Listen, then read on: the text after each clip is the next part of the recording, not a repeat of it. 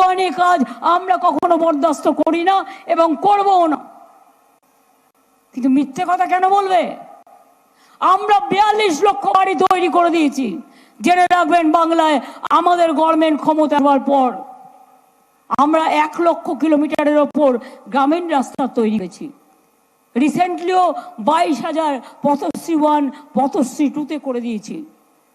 11 লক্ষ বাড়ির লিস্ট কেন্দ্রীয় সরকারের করার কথা ছিল। আমরা 50% টাকা দিই, ওরাও 50% দেয়। একা দেয় না, তাতে প্রধানমন্ত্রীর ছবি লাগায় বড় বড় করে। জন্ম থেকে মৃত্যু অবধি ওনার ছবি চাই, ছবি ছাড়া আর কিছু হয় না।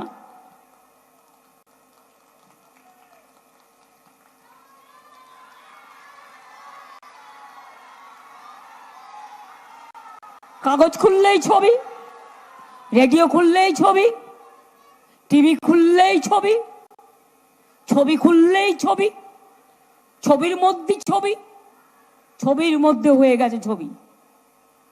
নিজের ছবি আর আত্মপ্রচার ছাড়া আর কিচ্ছু বোঝে না।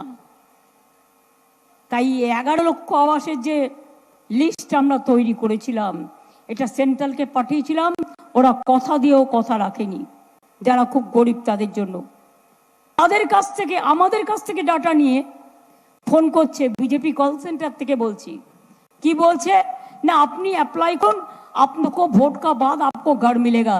বল নেই চাইয়ে, ভোটের পর আমরাই করে দেবো। 11 লক্ষ বাড়ি আমরা এই বছরের শেষে এক কিস্তি দেবো, আর একটা আগামী বছরের প্রথমে একটা কিস্তি দেবো। আমরাই করে দেবো, তোমাদের জন্য আমার প্রয়োজন নেই।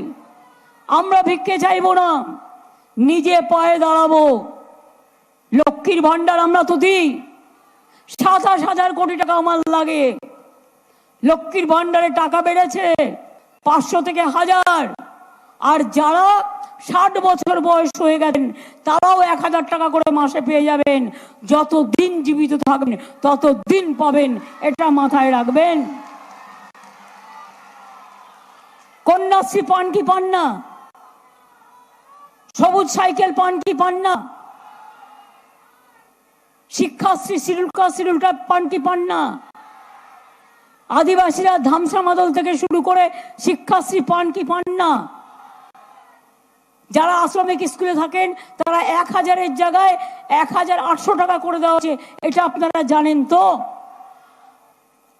সরকারি কর্মচারীরাও মে মাসে আরো 4% দিয়ে বেশি পাবেন। একবার দিয়েছি অলরেডি জানুয়ারিতে। তো এই টাকাগুলো আসছে কোত্থেকে? বিনা পয়সায় চাল, বিনা পয়সায় স্বাস্থ্যসাথী সবার জন্য। আজকে দেখলাম একটা অ্যাডভার্টাইজমেন্ট করেছে, আয়ুষ্মান ভারত 70 বছরের উপরে যারা আছে তাদের নাকি করে দেবে। আরে 70 বছরের উপরে কটা লোক আছে? কত লোক আছে? আয়ুষ্মান ভারত কি আয়ুটাকে বাড়িয়ে দেবে না আয়ুটাকে কমিয়ে দেবে? আয়ুটা বাড়াতে হলে প্রথম থেকে করো, ছোট জন্ম থেকে করো। আমাদের স্বাস্থ্যসাথী তো জন্ম থেকে মৃত্যু অবধি। লজ্জা করে না? আর তাতেও স্টেট গভর্নমেন্টকে নাকি 40% দিতে হবে। ঘেঁচু দেব।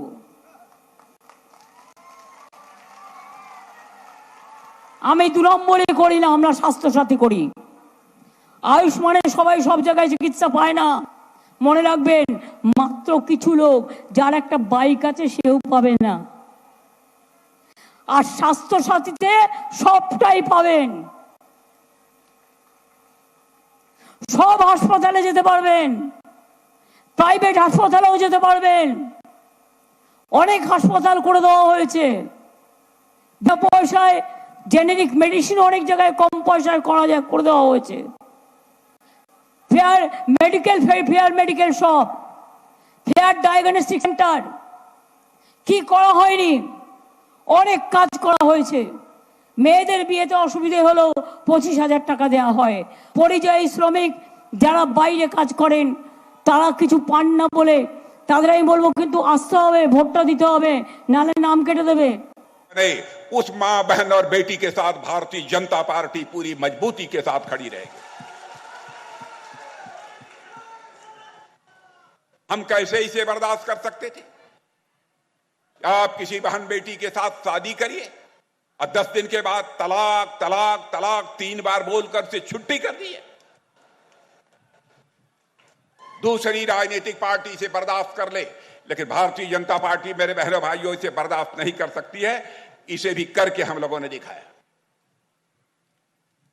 हम लोगों ने कहा था हम आएंगे, नागरिकता का कानून पास करेंगे।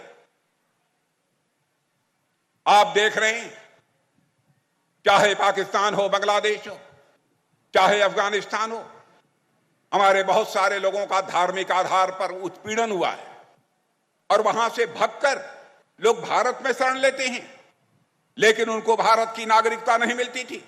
मैं आपसे पूछना चाहता हूं, धार्मिक उत्पीड़न के कारण जो लोग बांग्लादेश, अफगानिस्तान, पाकिस्तान से भारत आते थे, भगकर आते थे, हमारे लोग हैं, भारत हमारा है, हम वहां चलेंगे, हमें राहत मिलेगी, हमें सम्मान मिलेगा। क्या ऐसे लोगों को नागरिकता दी जानी चाहिए कि नहीं दी जानी चाहिए? मैं आपसे पूछता हूं, आप बताइए, दी जानी चाहिए कि नहीं दी जानी चाहिए? और तेज आवाज में बतलाइए, दी जानी चाहिए कि नहीं दी जानी चाहिए? बहनों भाइयों, हम लोगों ने इस नागरिकता का कानून पास कर दिया। जो भी धार्मिक उत्पीड़न के कारण अफगानिस्तान, पाकिस्तान और बांग्लादेश से भारत आएंगे, हम उनको नागरिकता का कानून देंगे, उनको नागरिकता देंगे। ममता दीदी कहती हैं हम नागरिकता के कानून को समाप्त कर देंगे। ममता दी, पश्चिम बंगाल की जनता की आंखों में आप धूल জখম করে এবং বলে বিজেপিকে ভোট না দিলে সবাইকেই গুলি করে মারবো। এত সাহস! ছেড়ে দেবেন সাধারণ মানুষ? আপনার ভোট কেউ কে নেবে? আমি আগে জীবনে দেখিনি সেন্ট্রাল ফোর্স বিজেপি কোন একটা পলিটিক্যাল পার্টি করতো।